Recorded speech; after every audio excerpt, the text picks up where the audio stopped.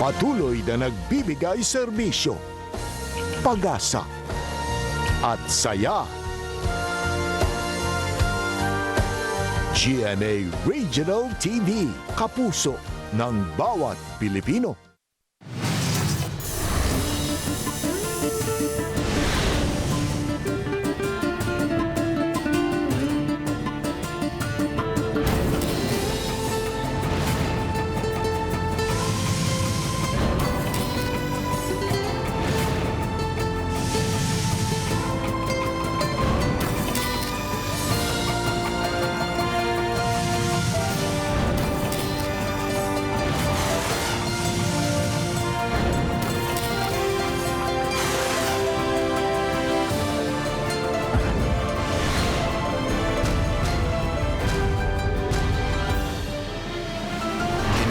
GMA Regional TV, Balitang Bisdak.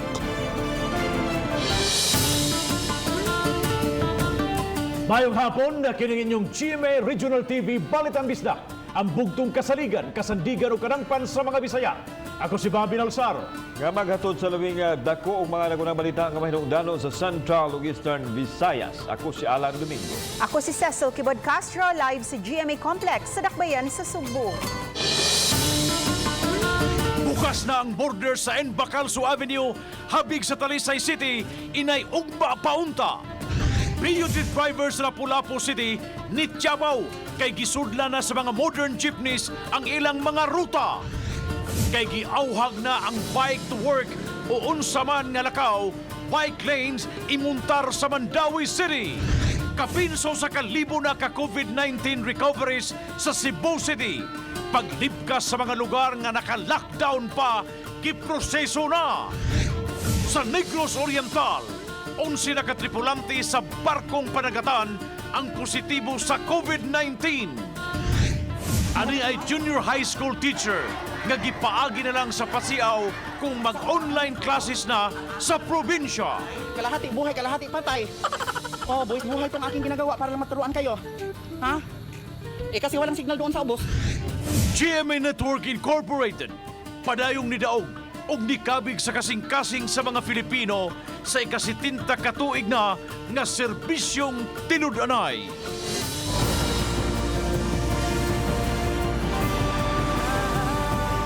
Kini ang GMA Regional TV, Balitang Bisdak.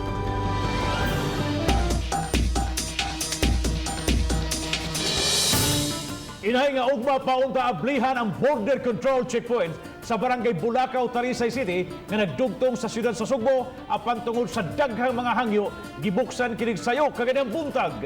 Apan bisan pa sa pagbukas na sutlanan sa duha ka dakbayan, higpit gihapon nila ang pagsud gawas sa dakbayan. Subay sa kahigpit, usa ka tawo nga miagi unta sa utlanan sa barangay Bulacau ang gisikop human masakpang nagdala og gidudahang shabu. Silian Sinkulan sa report. Alas 3 kanihang kadlawon, gibuksan na ang border control sa probinsya sa Sugbo ug dakbayan sa Sugbo. Matod sa hepe sa Talisay City Police nga naobserbahan nila kagahapong adlaw nga daghan gayud ang mga sakyanan nga nanggawas paingon sa Bulacau area. Mao nang nadesisyonan nga ablihan kini alang sa mga tawo nga buot na usab nga manarbaho. We have two entrances now in SRP and Bulacau because as what we have observed yesterday, the influx of vehicles is really heavy. True enough, as expected, it really helped para mo lessen ang traffic congestion. Because people are going back to work. People are going back to work. They're crossing the borders. And we're not only talking about Talisay now. People from Inglanilla all the way to the south is going to work and passing by one border, which is going to be difficult moving forward. I called Gov Gwen ko na I will open the Bulacau entrance and exit today, then ni okay raman siya. Gitata usab nga ang mga trabahante lang gihapon ang mamahimong makasud gawas sa border ubos sa General Community Quarantine. Abli ang border aron paghatag og kasayon sa mga trabahante ug dili ang paglaag-laag. Gidugang usab sa hepe nga higpit gihapon nilang bantayan ang dapit bisan pa man og abli na kini alang sa mga mulabang sa border sama sa pag-check sa ID ug Certificate of Employment sa mga mulabang. Workers under category 1, 2, and 3. So essentials ra gyapon. Ang last category, ang examples are leisure establishment like massage, barbershop. They are still not allowed to. Samtang kaganihang buntag, may nadakpan nga usa ka lalaki gumikan sa ilegal nga drogas nga buot untang mulabang sa quarantine control point sa Bulacau. Matud sa kapulisan nga natagak ang mga gagmayng pinakete sa gidudahang shabu dihang gipangayuan ang dinakpan sa iyang ID ug Certificate of Employment. Samtang makipagstorya usab si Mayor Samsam Gulyas sa LTFRB alang sa mga gamitong transportasyon sa dakbayan, paingon sa dakbayan sa Sugbo. Diin sagad sa public transportation nga gamiton kaniadto, paingon sa dakbayan sa Sugbo ang mga PUJ. Today, we're going to talk to LTFRB na abli naman ng Bulacau if we can find a route na Talisay straight to Cebu na. And na may meeting ang LTFRB with GovGwen tomorrow. Hopefully, we maklaro na to na para makahatag tagrutas Talisay nun na moadto sa Cebu City. Uban ni Renante Quiñones, Lian Singkulan, Balitang Bisdak. Good news! Bukapinas sa kalibo ka mga COVID recoveries o mga nangaayo sa COVID-19 dito sa Dakbayan, Sugbo. Samtang posibleng libkaso na usab ang mga lockdown area sa pipila ka mga sityo so maabot nga mga adlaw. Ano ang report? Karong adlaw lang nakatala ang Cebu City Health Department og 165 laboratory negative o COVID-free nga misumada na sa 1,160 COVID recoveries. Sa kasamtangan, adunay 1,129 active COVID cases sa Dakbayan sa Sugbo. Napangalantawan sa Dakbayan nga mosaka pa ang recovery rate sa higayon nga mogawas na ang resulta sa uban pang reswab sa mga COVID asymptomatic sa mga barangay isolation facility. This represents 60% sa mga na sakit na positive. Unya ang nangaayo 64%. Ang sa Manila or ang sa national 21% ra. 60% vis-a-vis 24%. So atong makita nga epektibo ang atong gihimo. Samtang giproseso na sa Dakbayan sa Sugbo ang pagpalibkas sa mga dapit nga gipaubos sa lockdown tungod kay daghan naman ang nangaayo. Naglakip kini sa Mambaling, Bakayan, Tejero o uban pang mga dapit. Hinoon istriktuhon gihapon kadtong area lang nga nay kaso sa COVID. Samtang giklaro ni Attorney Ray Gelon ang tigpamaba sa mayor nga makahimo nang makagawas ang mga mulupyo sa sitio Zapatera nga dunay mahinungdanong paliton o tuyo human libkasa ang pagpaubos nini sa lockdown. Automatic sir, pagawas gina, papaliton gina sila sir. Oo. Sige lang, ato ning klaruhon diyang dapita sir, no? Nya, paghuman daghan na sa gayong recoveries diya sir. Kung sa barometer na lang daan na hurot-hurot na sila diha nang gawa sa barangay isolation centers. Samtang naay 89 ka mga bagong kaso sa COVID ang natala sa Cebu City karong adlaw.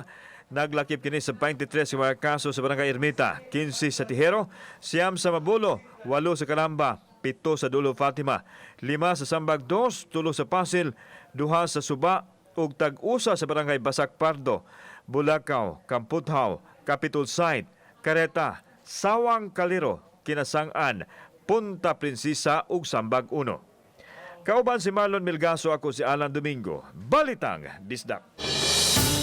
Gumikan kay limitado pa ang public transport karon, daghana ang migamit og bisikleta labi na panahon sa trabaho. Subay nini ang konseho sa Dakbayan sa Mandawi may rekomendar sa pagbuhat og feasibility study kabahin nini. Ano ang report ni Nico Serino? Usa si Jim sa mga nag-bike to work karong panahona. Gikan sa iyang balay, paingon sa iyang trabahoan. Apan aminado siya, manguyawan sab usahay sa mga dagkong kalsada kung may mga makadungan nga mga sakyanan. Tindot yung na-bike lane, sir? Ano naman, sir? Iwas disgrasya, sir? Kuyaw, sir, o murag masagol lang sa... Oh, kuyaw, sir. Na-motor sa kipadagan, sir. Oo. Mas tindot yung na-bike lane. Labi na rin panahon na. Oo, sir. May kwenta, sir. Ipatuman na sa Cebu City, Mandawi, Lapu-Lapu. Si Ronald nang huamsap og bike aron makaadto sa iyang trabahoan aron mangutana kung pabaliko na ba siya og duty.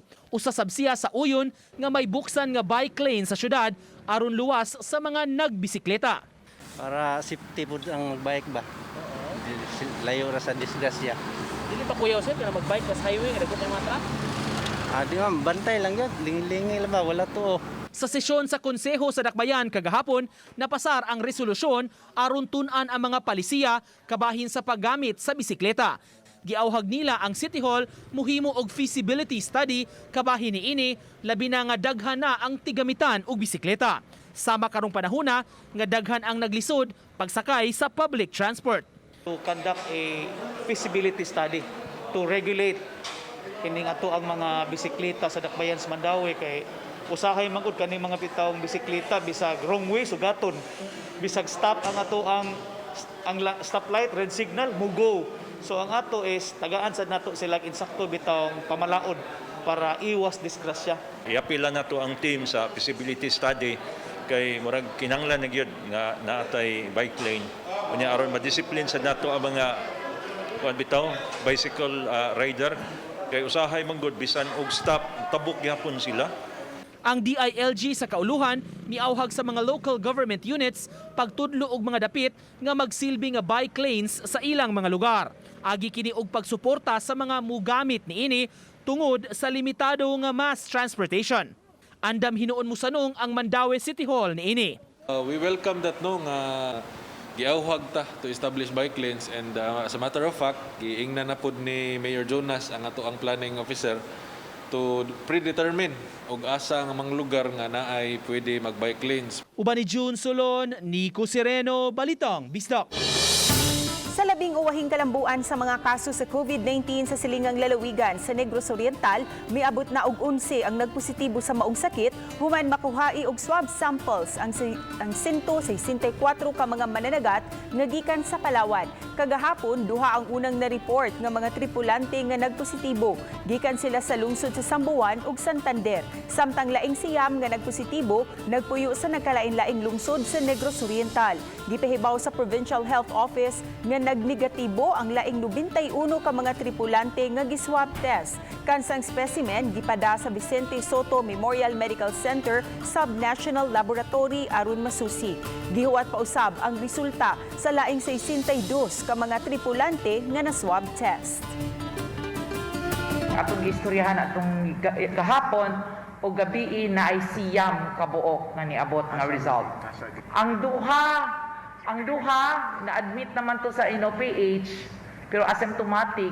Kanang siyam karon nasa usa ka facility sa quarantine facility sa Negros Oriental province pero ibalhin nato siya sa another government facility. Adunay kaduhang hugna sa pagapod-apod og tag 25 ka kilos nga bugas sumay sa Dakbayan sa Talisay alang sa mga nanimuyo sa Dakbayan. Si Lian Singkulan sa report. Ang banay ni Jason Galienes sa Barangay Kansuhong ang usa sa mga nakadawat og 25 kilo nga bugas sa ikaduhang semana sa Mayo. Apan karon matud niya nga mohangtod na lang kini og pipila ka lungagan. 5 sila ka miyembro sa pamilya nga magtabang sa maong pangonsumo ug tungod kay wala siya makapamasahero sugod sa pagpatuman sa enhanced community quarantine ug bisan karon naglisod sila kung asa mangita og maluto. Mao nang midiskarte na lang si Jason ug nangita ginagmay nga sideline aron may ikapalit nga pangonsumo. Ano na nabili sa kuan? Katong pag Mayo, dan sa lain sa mamay kay wagi kwarta pait kayo. Gipahibaw ni Mayor Samsam Gulyas nga sa ikaduhang hugna, laing tag 25 kilos nga bugas humay ang iapod-apod unya sa Dakbayan. Matod sa Mayor, makatabang na kini sa mga mulupyo sa Dakbayan nga nagsugod pa lang sa ilang trabaho atol ning GCQ. Bisag GCQ na, it's still going to be a difficult time for them because they're going to start to work, then di pa na sila masulduan dayon. Gipurchase na sa Dakbayan ang sinakong bugas ug gibanaban ang iapod-apod sa katapusang semana ning buwana. I asked the budget officer to check the savings from January to June if we can purchase sacks of rice for the people. Then karon kaya man because na may mga activities na wala madayon, na may mga summer clinics na wala madayon. So we will realign. I asked the City Council to realign that budget. Dili pa masuta kung mauna ba kini ang katapusang hugna sa pag-apod-apod og bugas sa mga mulupyo sa Dakbayan kay mag-agad kini sa ilang pondo. Uban ni Renate Quiñones, Lian Singkulan, Balitang Bisdak.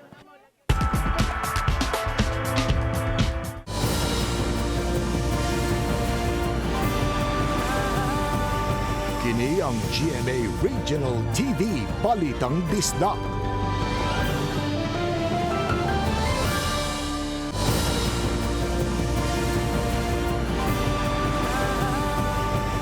Kini ang GMA Regional TV Balitang Disna.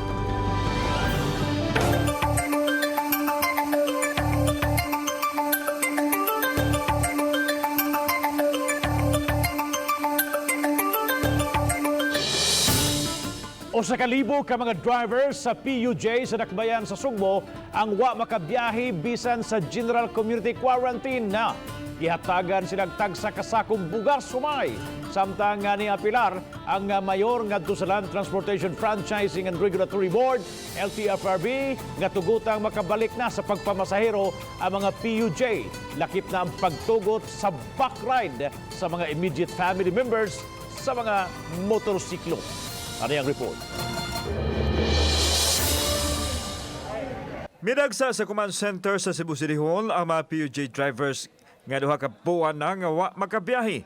Nagkinahanglan sila og dugang ayuda gikan sa city government ug wa makawang ang ilang katuyuan kay mismo si Mayor Edgardo Labella ang mihukom nga hatagan sila og tag usa ka sakong bugas humay nga inay tag 25 kilos sa unta gihimo kining 50 kilos.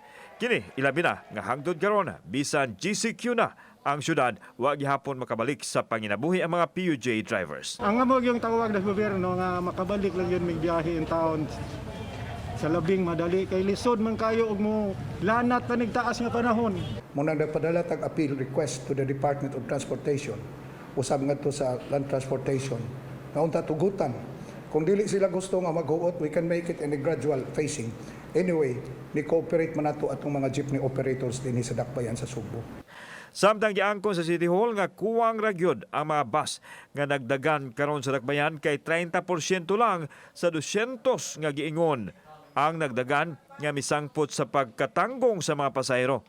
Busa mipadagan sila og mga kausyong buses apan dili gihapon kaigo nga kasakyan sa mga pasahero nga mibalik na sa pagtrabaho. 221 buses ang atong gi-suggest dito, suma pa 50% ang ilang deployment pero atong nakita gahapon on an average of 35% ang deployment kay daghan sa mga pasahero ang na stranded. Samtang gawa sa PUJ subling miapilar si Mayor Labella sa DOTR nga tugutan na ang backriding sa motorsiklo sa mga immediate family members. Magtiayon, dili nimo pasakyon.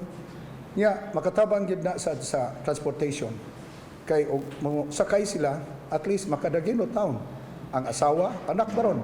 Not necessarily nga asawa, immediate member of family. Kauban si Marlon Milgaso, ako si Alan Domingo. Balitang Bisdak. Usa ka magtutudlo sa Isabel Leyte ang trending karon sa social media. Human iyang gipakita sa pasiaw nga paagi ang posibleng sitwasyon kung himuon na ang online classes sa mga probinsya. Si Femari Dumabok sa dugang detalye. Now, if we have here, okay, Cartagena, dong, inaimong mamakuha sa baby. Usa kini sa mga videos ni Sir Jose Ray Puntalba nga trending sa FB page nga Bariray with the Bee. Si Puntalba, grade 7 ug 8 teacher sa usa sa mga tungaan sa Isabel Leyte. May desisyon nga motudlo og libre sa Badjao community sa silingang dapit, pampawa lang sa kalaay atol sa quarantine. Napuno sa pakatawa ang iyang mga videos, apan mitataw nga disiplinado ang iyang mga tinunan. Naningkamot usab siya nga dili boring ang iyang ihatag nga leksyon. Tribe leader na kanang imong ko nga kanang kuya, pwede ko nga mutudlo sa uban nga mga badyaw nga mga estudyante. Ang disiplinaryan gyud ko nga pagka-teacher pero dili gyud ko mosugot nga ato sa klase mahimo siyang guyong kay di ko kinahanglan nga ang mga estudyante nako ba nga murag ayon katong Mas nakapatrending niya ang mga video sa online classes nga hinay-hinay na wagtang iyang mga tinunan. Dungan sa pagkawagtang silang signal. O ganaw sab mga online class turns online business. Tungod sa pagpa-load. I have here. Okay, do you know what is inside? Oh, John Real Bakluhan. Meron kang utang na Super Star 50. Lakip sa na-post niyang video, mao ang pagtungtong na ni Sir sa punuan sa kahoy. Gipakita usab nga ubos nga bahin sa kahoy ang suba ug gikinahanglan pang mosakay siya og styrofoam aron dili mabasa ang bitbit nga laptop. Nakakita ko sa mga balita pero wag yun sa ako ang point lang. Wa ko sa huna wa sa kumbulog nga mo viral gyud kami teachers. We are kanang innovative, resilient. Kinahanglan bayag internet kung mag-online class. Mura gyud na problema man kay linay gyud mag-aginod gyud ang Alang kang puntalba nga silang mga magtutulo na numpa nga sa bisan unsang paagi. Ilang himuon aron mahatag ang kahibao ug may giyahan ng mga estudyante alang sa maayo nilang ugma. Uban ni Cleofer Lumayag, ako si Famary Dumabok. Balitang Bisdak. Sa ika-70 katuig sa Kapuso Network, ang GMA Network nga labing dakong broadcast firm sa nasod. Padayon nga nakakabig sa kasing-kasing sa mga Pilipino nga mga viewers tungod sa way puas ug matinud-anong serbisyo publiko. Dakong kabahin nga gisandigan sa serbisyong tinud-anay ang GMA Regional TV.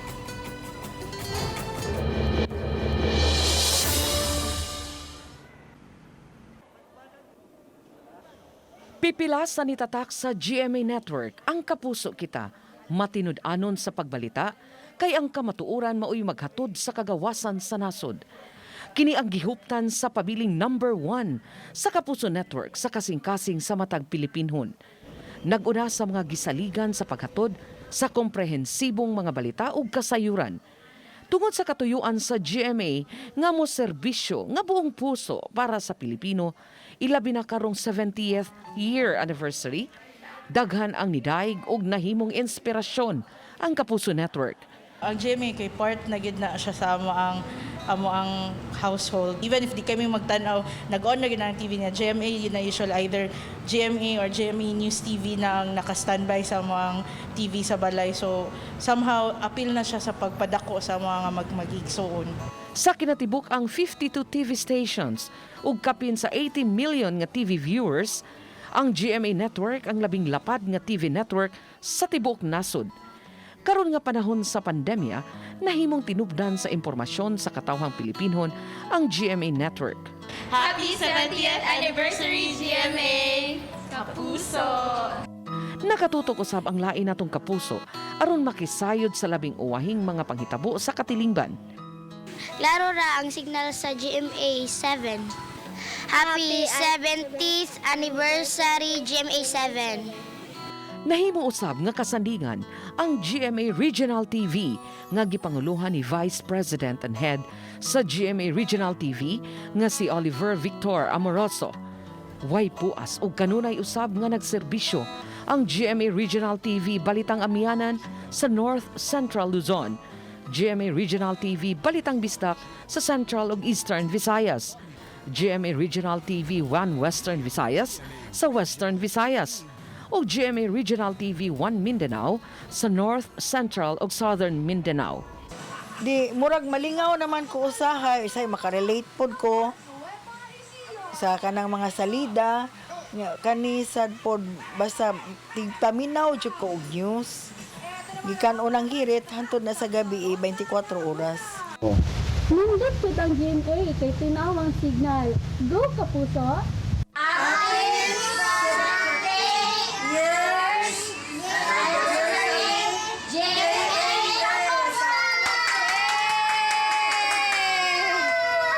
Sa padayong mga hagit nga nasugatan karon sa nasod, pasalig sa GMA Network nga padayong mobarog sa iyang panaad nga ihatod ang matinud-anong panerbisyo alang sa nasod ug sa kalibutan.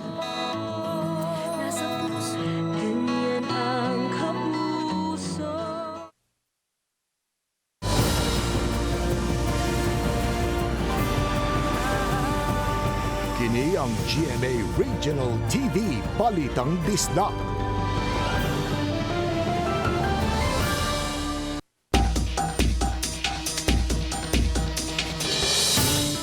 Mga PUG drivers ug operators nga nagbiyan sa dakbayan sa Lapu-Lapu, paingon sa dakbayan sa Mandawi with Tiabaw na paggasugod pag-operate sa mga modern jeepneys sa ilang mga ruta. Si Luan Mirondina sa report.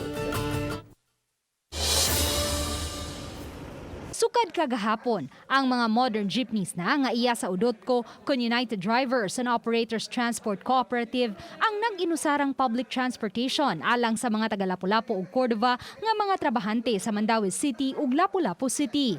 Ang Paho Terminal nga may terminal sa mga PUJ nga may biyaheng Mandawi ang nagsilbi usab nilang terminal. Bisan pa man kung 11 pesos ang plitihan sa mga modern jeepneys, uyon ra hinuon ang sagad sa mga pasahero. Kung imo pong hunaon ma'am is aircon man pod unya close food siya ang kuan mas bintaha siya. Pamindot man eh. Ang jeep, dasokon man to. Pero karon di na pwede magdasok. Mato ni Malvin Arias, chair sa UDOTCO, nga medyo nasinati ang gamay tensyon kagahapon, tali sa mga driver sa PUJ ug sa modern jeepney sa pagsugod nila og operate. Katong hapon, ma'am, nabot nila, ma'am, gumikat po to sa tawag po nila ni Engineer Perla, ma'am, Amaro, ni Sir Mario Napolis sa Sudenes, itawagan niya to. Kay kung kami lang sa among side, ma'am, is okay ra gid po kayo may mga lapo-lapo na itong daganan base lang po sa ruta gid na nato. Samtang padayon silang nag-operate, ang mga PUJ sa terminal sa Paho pabiling wa makabiyahe kay wa mahatagi og special permit sa LTFRB. Moabot sa 70 ka mga PUJ nga maibiyahe ang Lapu-Lapu paingon sa Mandawi ang namiligrong dili na makabiyahe sa pagsugod na og operate sa mga modern jeepneys sa susamang rota. Gani ubay-ubay kanila ang nabalaka tungod kay nakapangandam na unta sila sa pagpatuman sa social distancing. Sa gidagayon sa pag-lockdown, hantod karon wa pa mi kadawat sa ayuda. Luoy na kay mi kay stranded mi 2 ka buwan na kapin. Dayon gahapon nga adlaw pitsa 1. Na surpresa lang mi kay nisud man ni ang taga Mipsto diri sa terminal niya kami umikaybaw na nabalain mi ba. Ang mga modern jeepneys may padaga na sa ilang 20 ka mga units sa rota kaniadto nga iya sa PUJ. O gi-process na ang ilang special permit aron makalaho sila paingon sa usa ka mall sa North Reclamation Area sa Cebu City. Matod sa UDOTCO, andam hinuon silang mo-hire sa mga PUJ drivers isip reliever sa uban nila mga drivers. Uban ni Godfrey Rilien, Luan Merondina, Balitang Bisdak. Samtang aron masolusyonan ang suliran karon sa mga PUJ drivers sa Lapu-Lapu City nga magbiyahean paingon sa Mandawi, ang Lapu-Lapu City Mayor Junard Ahong Chan moapilar ngadto sa LTFRB. Si Luan Merondina sa report. Nasagmuyo ang mga PUJ drivers sa rotang Lapu-Lapu Mandawi tungod sa pagsugod na karon og operate sa mga modern jeepneys sa ila untang rota. Ang ilang kasagmuyo gipadangat nila ngadto sa lokal nga kagamhanan. Nakigtigom ang mga PUJ drivers ug operators kang Lapu-Lapu City Mayor Junard Ahong Chan kaganihang buntag. Excited pa naman unta sila nga subli nang makabiyahe human pareho nang gipaubos sa GCQ ang dakbayan sa Lapu-Lapu ug Mandawi nga maoy ilang rota. Apan kay ubos sa lagda sa IATF, ang mga bus ug modern jeepneys ang priority nga mahatagan og special permit sa LTFRB isip public transportation, pabilin silang dili makabiyahe. Subay niini, nagplano ang mayor nga subling mohangyo sa LTFRB 7 aron subling makabangon ang mga drivers. We will make an appeal to the IATF nga makita nila nga dili sufisyente ang sakyanan. Di man pwede nga magpunsisok ang mga tao nga maglinya nga atong isakripisyo ug wa gi ikahatag nga additional buses. So with that, kung kulang ang sakyanan, atong ipahangyo nga pwede bang makatabang ang atong mga PUJ. Ug samtang magpaabot sa hukom sa LTFRB, naglaro ang mayor nga tugutang makabiyahe ang naasoy mga PUJ palibot lang sa Lapu-Lapu City. Makapadayon ang ato ang pamasada mo nang arita mo focus diri sa Lapu-Lapu nya. Ayuhon lang nato pagbahin kung asa mo dapita. Uban ni Godfrey Rilien, Luan Merondina, Balitang Bisdak. Tungod sa kakulang sa mga personal protective equipment kun PPE alang sa mga frontliners sa lalawigan sa Siquijor, nakigtambayayong ang Siquijor State College sa Department of Trade and Industry aron makahimo og mga protective equipment sa ingon adunay magamit ang mga frontliners sa lalawigan. Nagtinabangay sila si Mel Joven Look Tayron ug usa ka gwardya sa SSC nga si Rico Tumimbang paghimo sa mga PPE inay nga mamalit ang lalawigan. Mihatag sa mga kagamitan sa paghimo og PPE ang DTI samtang ang SSC Fab Lab maoy gahimo sa disenyo ug pag-imprinta niini. Moabot na sa 1,754 ka mga face shields, 760 face masks, 2 ka aerosol boxes, 6 ka PPE gowns ug 6 ka testing ug swabbing booth ang ilang nahimo. Giapod-apod kini sa mga frontliners nga gilangkuban sa kapulisan, mga rescuers, medical staff ug sa disaster risk reduction and management personnel. Munang ang among gimobilize ang among mga employees, among job order employees na makagama gyud mi aning mga ibang kinahanglan para ma-combat nato ang COVID-19. Mga kapuso, inyong makita kining maong episode sa official website sa GMA Regional TV sa www.gmaregionaltv.com. Bisitaha usab ang atong official YouTube channel, GMA Regional TV, ug i-click ang subscribe button alang sa mga init ug mga nag-unang mga balita ug kasayuran gikan sa mga rehiyon. Daghang salamat sa mga kapuso nato apil lang na sa gawas sa nasod nga nagisayon sa mga dagko o mga nagunang balita sa rehiyon. Ako si Alan Domingo. Ugi ka namong tanan dinhi sa Central ug Eastern Visayas. Ako si Cecil Kibod Castro. Ang inyong balita, ang among balita tungod kay lokal nga balita mahinungdanon. Kini ang inyong GMA Regional TV Balitang Bisdak. Buong puso para sa Pilipino. Ako si Bobby Nalsaro. Maayong hapon mga kapuso.